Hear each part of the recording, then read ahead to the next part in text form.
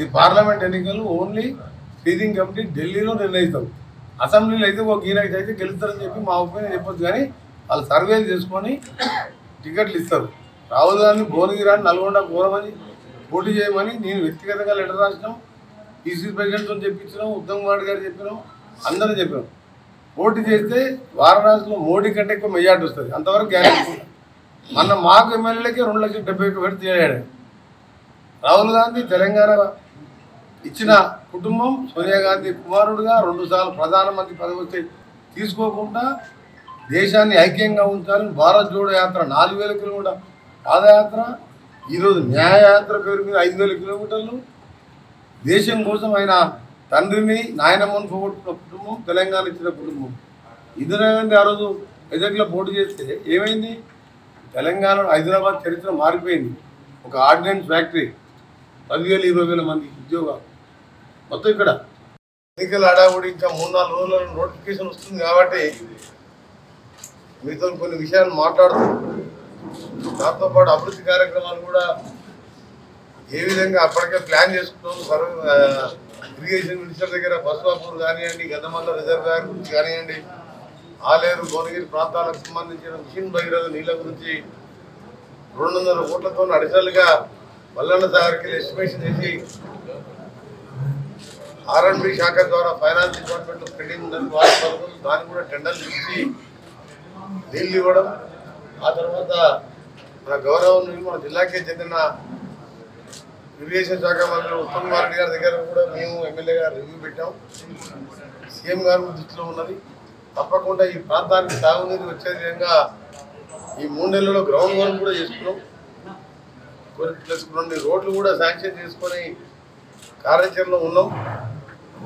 అని పార్లమెంట్ ఎన్నికలు కాబట్టి ఇప్పుడు ఈ ఎన్నికలు కూడా ముఖ్యం కాబట్టి ఈ ప్రభుత్వం గత 10 ఏళ్లలో మొత్తం తెలంగాణని సర్వనాశనం చేసి ఆఖరికి ఏ విధంగా చేసిందంటే 6,000 స్కూళ్ళను, గవర్నమెంట్ స్కూళ్ళను కూడా బంద్ చేసి, ఒక ఇల్లు కట్టకుండా, ఒక రేషన్ కార్డు ఇవ్వకుండా, ప్రతిరోజు కుంభకోణాలే 6.5 లక్షల కోట్ల పైన అప్పు చేసి 38 కోట్ల కాంట్రాక్టర్ల వివిధ బకాయిలు పెట్టిపోయింది మా మీద. అయినా మనం మీరు చూసినారు, ఫిబ్రవరి నెలలో 5-6 తారీఖు శాలరీస్ ఇస్తే మార్చి 1 రోజు 3 సంవత్సరాల తర్వాత 30 నెలల తర్వాత 1వ తారీఖు రోజు 6.5 లక్షల మంది ఉపాధ్యాయులకు, ఉద్యోగులకు, రిటైర్డ్ పెన్షనర్స్కు 1వ తారీఖు శాలరీస్ ఇచ్చి మళ్ళీ పాత రోజులు కాంగ్రెస్ ప్రభుత్వం రోజులు తీసుకొచ్చినాం.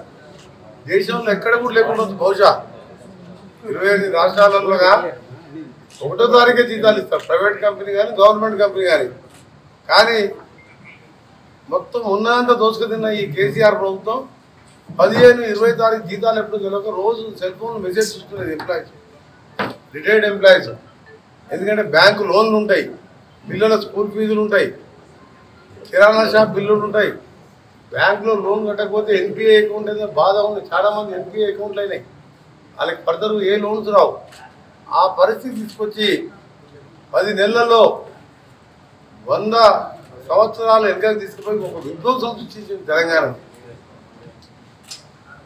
ఇవాళ దాన్ని గాడిలో పెట్టుకుంటూ 3 నెలల్లోనే 30,000 ఉద్యోగాలు ఇచ్చి మా గౌరవ ముఖ్యమంత్రి రేవంత్ రెడ్డి గారు, మేము మంత్రులం, ఎమ్మెల్యేలు ఒక టీముగా ఆర్థిక క్రమశిక్షణ పాటిస్తూ గాడిలో పెడుతున్నాం 9 రోజులల్లే. ఇక్కడేమో డెవలప్మెంట్ పేరు మీద 100 కోట్లు దోచుకున్నాను. దాని మీద కూడా ఎంక్వైరీ చేస్తున్నాం. యాదగిరిగుట్ట మీద, దాని పేరు యాదగిరిగుట్ట లక్ష్మీ నరసింహస్వామిని. యాదాద్రి అంటే మా దగ్గర ఏదైనా ఊరికి పోతుంది, చిన్నప్పుడు మేము కూడా వచ్చిపోయేది. మాది జిల్లానే, ఏడిపోతుంటే గుట్ట మీద పోతున్నాం అని చెప్తాం. ఇప్పుడు ఏం చెప్పాలి? యాదాద్రి పోతున్నాం చెప్పాలి. ఏదో కొత్త పేర్లు పెట్టి కొత్త చేసిండు. హరీశ్రావు మధ్యలో అంటాడు మొత్తం బీఆర్ఎస్ కాళేశ్వరం కూలగొట్టి బీఆర్ఎస్ లేకుండా చేద్దామని. ఈయన మీ మావనే చీఫ్ ఇంజనీరు, చీఫ్ మినిస్టరు, కాంట్రాక్టర్లు నియమనులే. ప్రపంచంలో వింత అని చెప్పినాం, బస్సులు పెట్టినాం, హెలికాప్టర్లు పెట్టి చూపించినాం. కట్టింది మీరే, కూలగొట్టింది మీరే. మీ ఎందుకు కూలగొడతాం? ఈ పార్టీ నియంత్రణలే.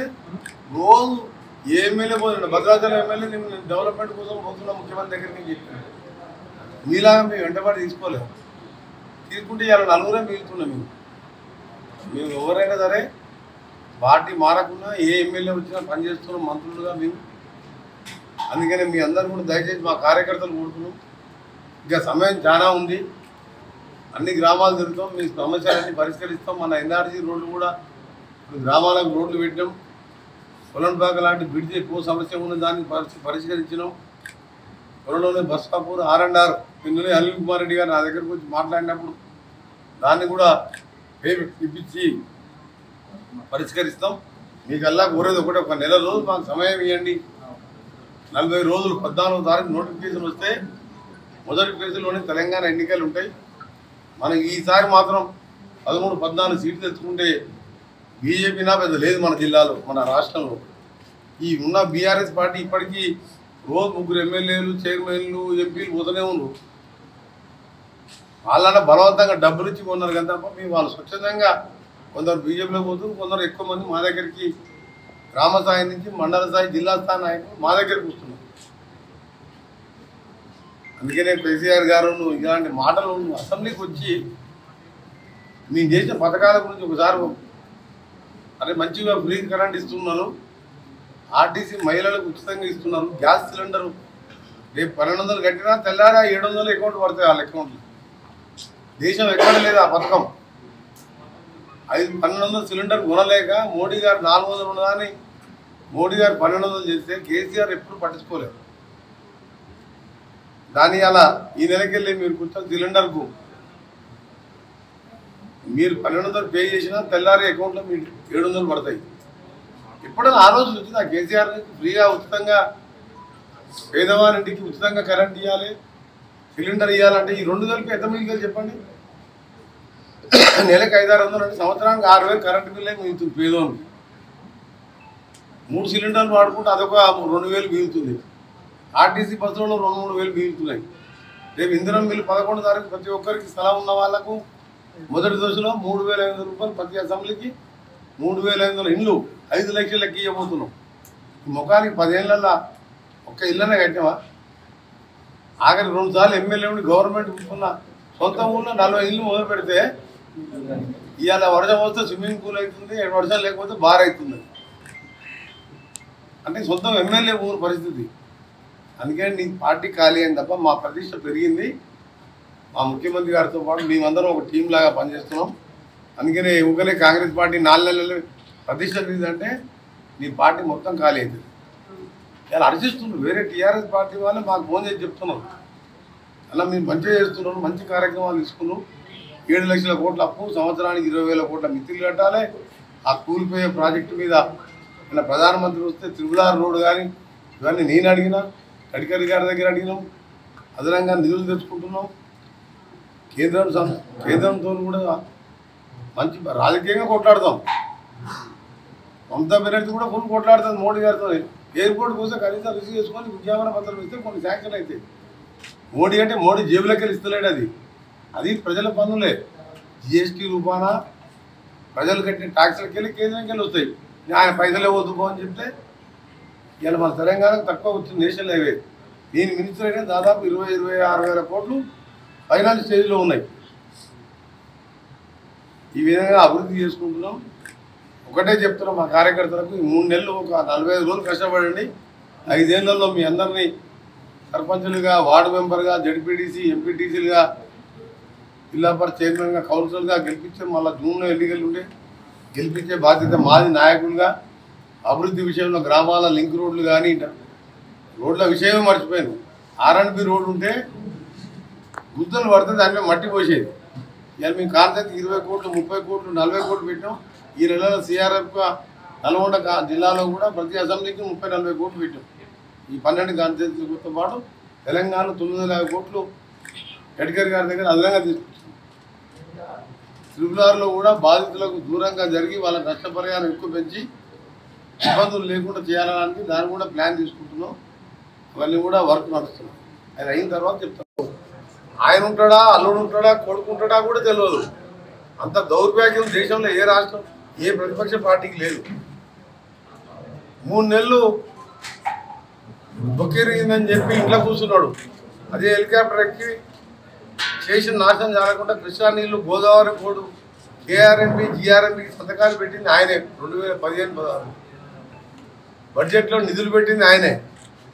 ఇక ప్రజలు తరిమి కొడతారని చెప్పి నల్గొండకు వచ్చి పబ్లిక్ మీటింగ్ తప్ప అసెంబ్లీకి రాలే.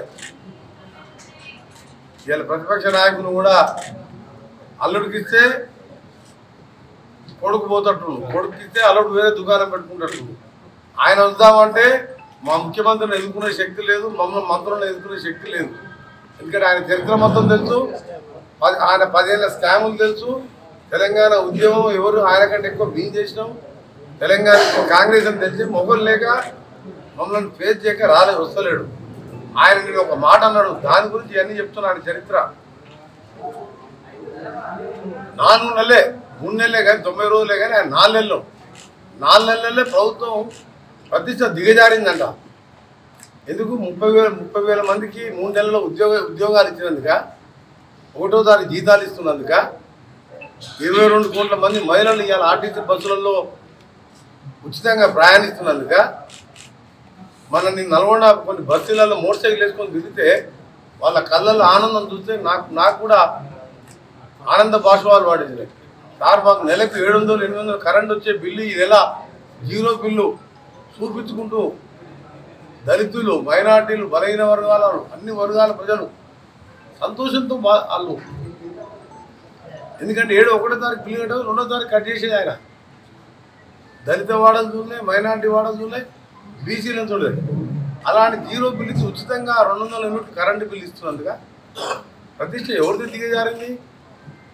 ఈ పార్టీ మొత్తం దిగజారి 3 సిట్టింగ్ ఎంపీలు బీజేపీ కడగొప్పుకొని అలా 2 బీవీ పార్టీలు అచ్చంపేట రావుల కొడుకు టికెట్ తెచ్చుకుంటూ బీజేపీలో.